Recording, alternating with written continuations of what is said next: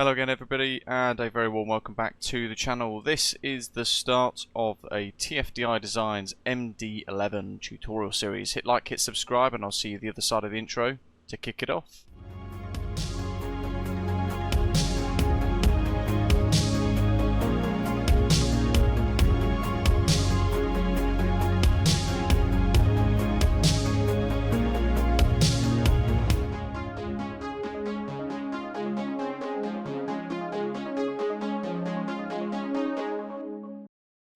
Welcome to Memphis everybody. Hit like, hit subscribe, share your thoughts, any tips, tricks down in the comments section below. We are headed out of Memphis for Dallas Fort Worth. A fairly short flight today with this MD-11F from TFDi Designs, and episode 1 covering cold and dark through to engine start.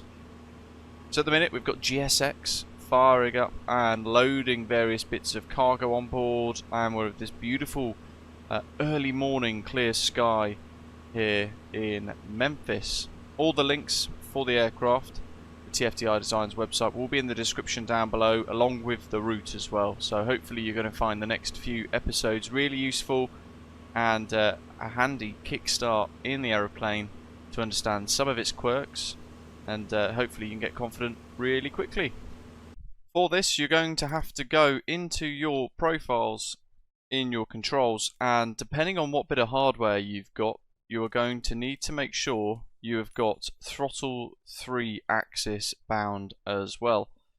Currently I've got a Honeycomb Bravo throttle quadrant, and out of the 4 detents that are available, or 4 kind of axis available on the hardware, I've got the left set to speed brake, the right set to flaps, all of the keybinds as a duplication of my Fenix A320 profile, and then the 2 main throttles that I've got on the hardware. Currently I've bound 1 and 3 to engine 1, and throttles 2 axis to my engine 2 detent on the hardware. So that way throttle 1 for me, as I physically move it, will move throttles 1 and 3 on the aircraft, and throttle 2 on the hardware will deal with that tail engine on the MD-11.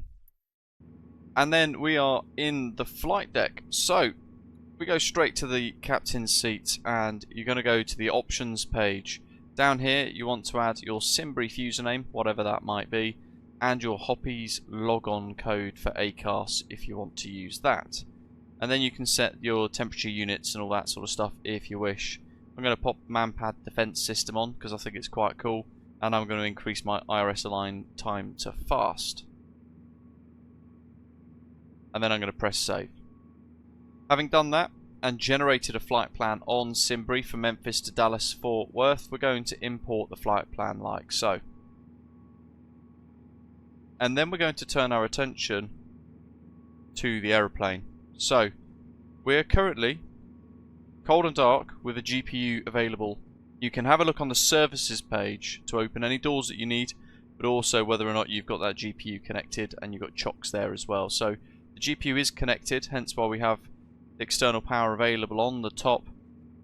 And we're going to basically just have a little look at the aeroplane first, make sure all the switches and everything are in the right place. We've got the gear lever matching our hardware, flap slats, throttles as well are on idle, and just there, that white knob is the parking brake. We want to set that. Now the aeroplane shares some of its quirks with the MD-80, but there's an element of a Boeing-esque feel to it, and there's also a little touch of old school Airbus A300 vibe within the aeroplane. So it's a real patchwork quilt aeroplane, which is really quirky and very cool. So because of that, it does take a little bit to get your head around, but it's fine. We're going to first open that guard, and we're going to turn the battery on. We're also now going to connect the external power, which is available there. And on the right hand side we want to see where it says system, and each panel there, the 4 in the middle, that they haven't got any manual override on. You'll know they do because it will say manual, but if there are no lights, that's great. We then want to do an engine and APU fire test button. Press And that's up here in the overhead to the right of the APU discharge. We've got 3 fire handles illuminates, APU fire handle is illuminated, and we're getting the call outs from Betty. And all of the warnings as required. Engine 1 fire.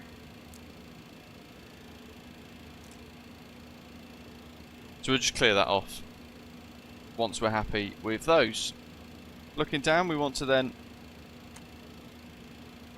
arm the emergency lights. For me, that's a middle scroll wheel on the mouse. Forwards 1 notch. No smoking signs on. Seatbelt signs can go on to automatic for now. Exterior lights, nav lights need to go on. And all the others can remain as they are. Logo's optional depending on time of day and the conditions, that sort of thing.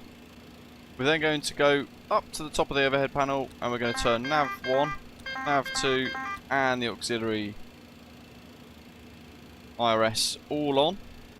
And in the FMC flight plan in it, we want to initialize the IRS. Having a look at the tablet again, we're going to press send flight plan to FMC. Flight plan sent. There it is. And then we're going to press set payload and fuel. And then we get error setting payload. In options, if you're using kilograms, you need to select metric and then press save. So if you have that warning pop up, it may well be that the aeroplane is expecting pounds, but if you're using kilograms like I do in Simbrief, you'll need to change that option, and then when you press set payload and fuel again, you'll see that it says payload set this time. So you might stumble across that, and that's why I've popped that into this video just now. You'll notice that not all of the flight plan has been imported, so we can have a little look at our Simbrief flight plan and we can put in our flight number if we wish. We are FedEx 165 for today for the purposes of this video, and we're going to cruise at flight level 340. So we're just going to do 340 and add it in there like so.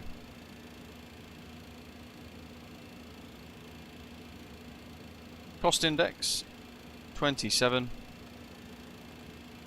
for this flight, depending on what it is on your Simbrief flight plan. And then we can just press the buttons one at a time to fill out that init B page all the way down that column there.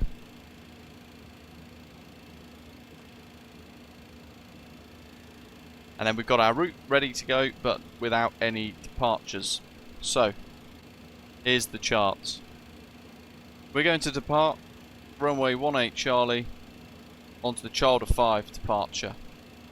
So initially down 180 degrees, then 214 to Cheeto, Muddo Nixo, heading west to Pepok, Childer, and then ANSWA for the transition. We can have a quick look at the charts and identify that there's an initial climb of 5,000 feet there for this departure, and the transition altitude in the US is 18,000 feet. So we can go KMEM, SID, 18 center to filter by runway, and then the Child of 5, ANSWA, transition. And we can select all of that like so before pressing insert, and then you can see it there pop into the nav display. Have a quick look at the rest of our initial bit of routing just to see if we have any problems, and then we have a discontinuity a little later on into Dallas because we don't yet have the arrival put in. At the bottom of the flight plan we can see Dallas Fort Worth. We're going to select that and add in the arrival into Dallas because of the length of the arrival path. It's easier for this tutorial route for us to just do it on the ground prior to departure. And they're using 13 right for the arrival. That's handy for us flying cargo because we can just vacate left and then head straight into the cargo apron. And we're going to go ahead and put it that SEVA for arrival, few transition, ILS 13 right straight onto final. With a little bit of vectors anyway that we're expecting. We'll go through that in one of the next episodes. So again, DFW, star, 13 right. We're not going to select the transition, and we're going to choose the SEVA 4 by scrolling through the big list. There it is. View transition, and then we're going to insert. So then our flight plan has expanded quite significantly, and you'll see there from Yopt there's a vector on the arrival to Popper, which is the start of our final approach, and a discontinuity in the middle. That's fine. We're not going to remove that discontinuity because it's supposed to be there. So we're going to leave that there, and at that point from Yopt we're going to go to heading mode and vertical speed in descent and work our way down to Popper. Again, we'll go through that in a little while. So that's the flight plan completed. On the performance page you can select your climb data, and in here we have a climb forecast. What you want to do is go to your Simbrief flight plan, press briefing preview if you are using Chrome, for example, to expand the flight plan, then scroll down all the way through to a section called wind information, and then choose a couple of altitudes. So we'll do 10,000 feet slash 233 at 08 to input the wind data at certain altitudes in the climb to help the VNAV calculate its performance, like so. And then on the takeoff and approach page we have our performance calculations. Now to get that calculated you want to have a little look at your tablet once again. We're going to press perf, and then we're going to select the relevant runway, so 18 Charlie, get weather information to load in the METAR, get TOW to obtain your takeoff weight, and then we're going to leave the rest as it is. We'll pop packs on and then calculate to calculate our takeoff speed. So V1135, rotate 151, V2162, flex 59, flaps 25. So if you've got a pen and paper handy, it's now worth writing that down because we need to put that into the aeroplane's data. So flex 59, flap 25, gives you a stab trim reading there as well, which we'll go into later after the start, and V1135, rotate 151, and V2163, like so. Thrust acceleration altitudes. What I'm going to do now is I'm going to hit B to get our local pressure, which is 3002, 350 feet above mean sea level. And I'm going to go ahead and amend the acceleration altitudes to around 1,500 feet above mean sea level, like so.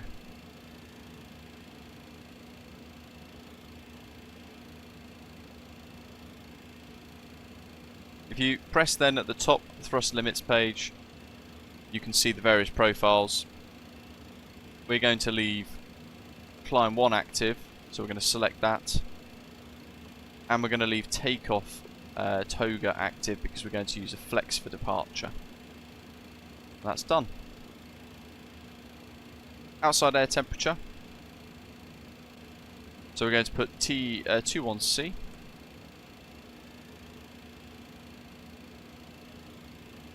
If you're using Fahrenheit, then of course you'd set the relevant Fahrenheit figure there. And then as far as we're concerned, that is done. So if we're then on the VATSIM network, we want to go ahead and get our clearance. We'll have been given a squawk code down the bottom here. We can just go ahead and type the numbers in, like 2000. Have a little look to see what transponder's on. It's on standby at the moment, and just to make it easier later on, we're going to press Alt reporting to on, so that those of you on VATSIM we'll start squawking mode Charlie at the right time. We're going to cage that standby instrument there. That's what the clicking noise is, by the way, these two digital analog controls. Once that settles, we're then going to set on the top 5,000, which is our initial climb altitude today. Runway heading, which is 180. And we're going to leave speed 250 in this because we'll then have to take off, go to FMS speed for the climb outs. On the overhead panel, we're going to make sure that battery guard is closed. And we're going to now look at the right hand side, and we're going to turn windshield left and right anti-ice on, and we want to make sure that anti-ice says norm and the defog has no lights on. We're going to press that fuel reuse reset button, and it's a good point as well now, in order to kind of get things configured as you wish, for you to select data, traffic mode on, whatever you want at the top here on this panel for your autopilot and your nav displays. With all of that complete, we're going to look down just in front of the throttles, and we're going to select auto brake to take off. We can see there the slats flaps is on up and 0.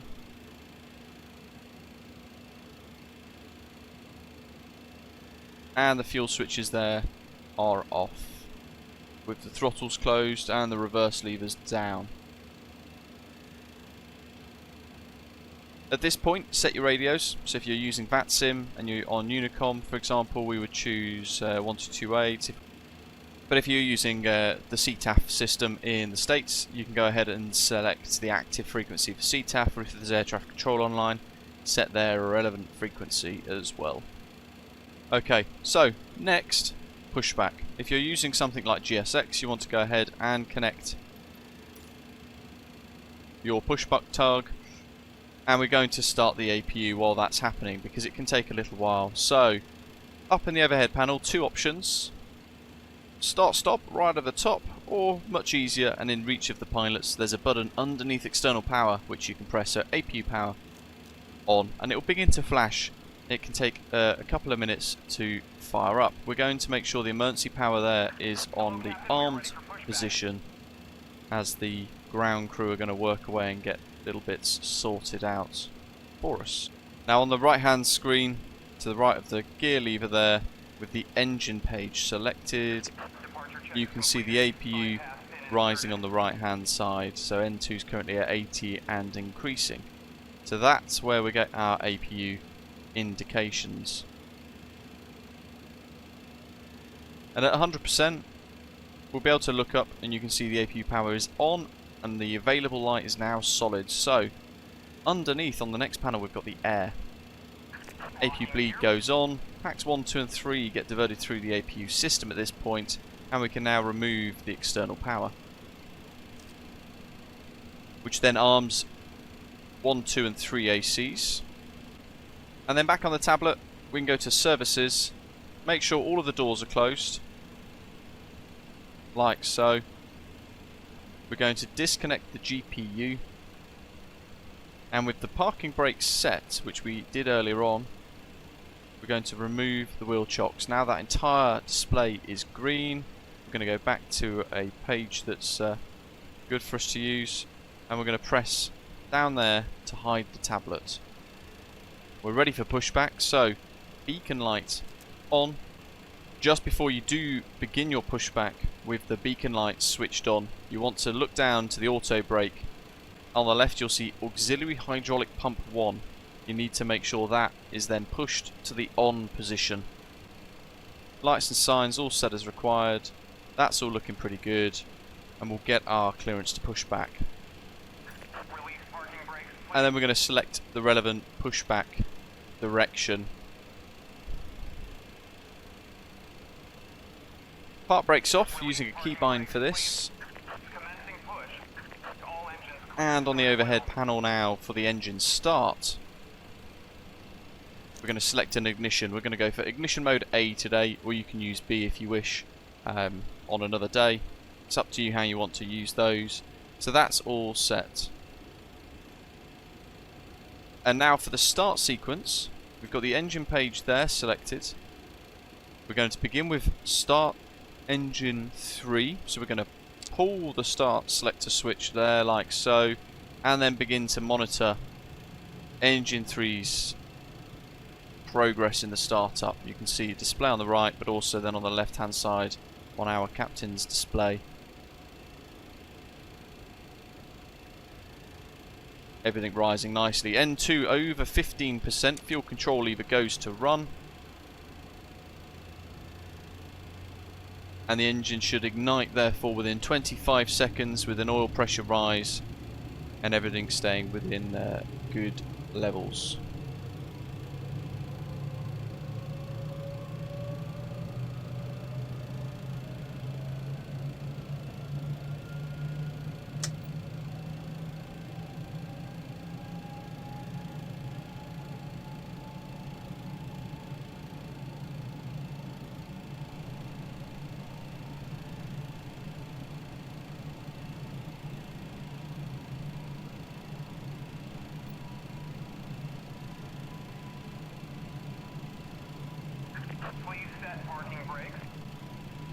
Use the keybind for that. Park brake is set. There's the indication. Park brake on, and the engine's looking stable now. Engine 3 is nice and stable. After the start of engine 3, with it stable on the displays, you can look up to the overhead panel. You'll see the auxiliary pump showing on. The system 3 is pressurized. We haven't got any faults to the left and right pump there. Looking down, Gen 3 is online, and Pack 3 is also on. If it's less than 10 degrees Celsius, or there's visible moisture in the air and on the ground, you can select the engine anti-ice on as well if you wish. And then we're going to repeat the same for engine 1 and then engine 2. Now that all of your 3 engines are switched on, stable, we're ready to then do our after start before taxi checks. So engine ice as required. We're going to now turn the APU off. We're going to press APU power there. You can also press start stop up there, and that will then begin the off process. And your overhead panel will then look like this.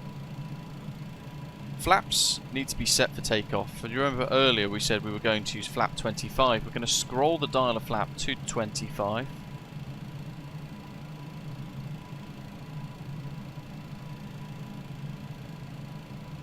Which is the maximum. And then we're going to move the slats out. So we get flaps extended, flaps 0. And then we're going to move the flap setting knob down to the dial of flap section, which will extend it to the one that we've selected. Just going to press flight plan on FMS2 and then go to the takeoff page on FMS1. Down there we have stab trim of 5. On the engine display there, we want to now set our stab trim to 5 by holding your elevator trim up or down depending on your keybind. So we're going to set 5 green, and there it is, all good.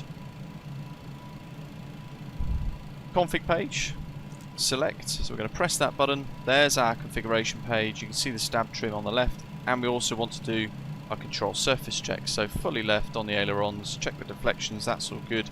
Back to neutral, fully right, back to neutral, all the way back to neutral for the elevators, fully forwards, back to neutral. Rudder pedals, full extension right, back to neutral. Same again, left, back to neutral. And that is the end of episode 1. Cold and dark to engine start in the TFDi designs, MD-11F for Microsoft Flight Simulator. Same principles apply for the passenger variant, but of course you've got punters in the back. Hope you found it useful. Hit like, hit subscribe, share your tips, tricks, thoughts down in the comments below, and join us as we continue the series into episode 2, taxi, takeoff and climb to cruise. I'll see you soon. Thanks for watching.